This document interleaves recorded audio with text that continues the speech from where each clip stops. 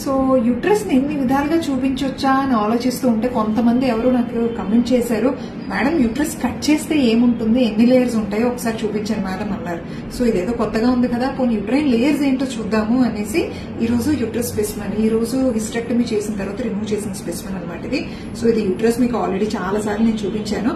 So ఇటువైపు ovary అన్నది remove చేసాం, ఇటువైపు ఓవరీ సిస్ట్ వచ్చింది, అది వేరే వీడియోలో చేశాను. సో ఆ సిస్ట్ తో పాటు ఓవరీని తీసాం.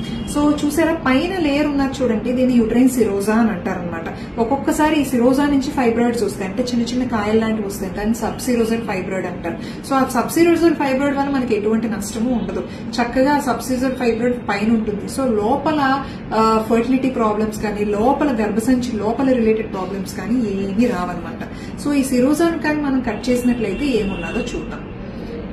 సో మెల్లగా సిరోజాన్ని కట్ చేసుకుని వెళ్తే లోపల ఒక స్ట్రాంగ్ మజిల్ కనిపిస్తుందండి.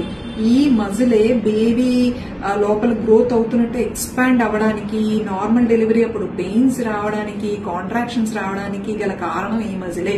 చూసారా ఓపెన్ చేస్తే ఒక మజిల్ కనిపిస్తుంది, దాన్ని మనం మయోమెట్రియం అంటామండి.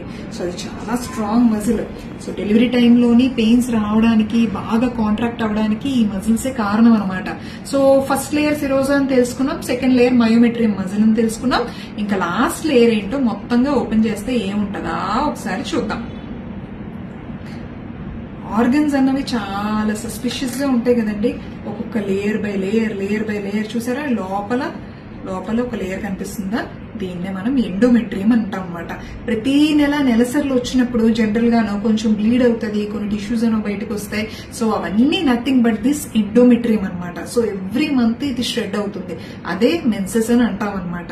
సో ఎండోమెట్రియం షెడ్ అవుతుంది, మళ్ళీ కొత్త ఎండోమెట్రియం ఒక 1 month పీరియడ్ లో ఫామ్ అవుతుంది, మళ్ళీ 1 month కి షెడ్ అవుతుంది, అలా జరుగుతుంది. అన్ని సైకిల్ అంటాం, మెన్స్ట్రల్ సైకిల్. సో చూసారు కదా యూట్రస్ లో పై లేయర్ సిరోజా, పైన వస్తే ఫైబ్రాయిడ్, సబ్ సిరోజల్ ఫైబ్రాయిడ్ అంటాం. ఈ మయోమెట్రియం లో ఏదైతే వస్తుందో ఫైబ్రాయిడ్, దాన్ని ఇంట్రామ్యూరల్ ఫైబ్రాయిడ్ అని అంటాం. ఒక్కొక్కసారి క్యావిటీ లోపల కూడా మనకి ఫైబ్రాయిడ్స్ అనేవి రావచ్చు. ఓకే, దాన్ని సబ్మ్యూకోజల్ ఫైబ్రాయిడ్ అని కూడా అంటాం అనమాట. సో యూట్రస్ కట్ చేస్తే ఎలా ఉంటుందో చూసారు కదా. Hope this helps. Thank you.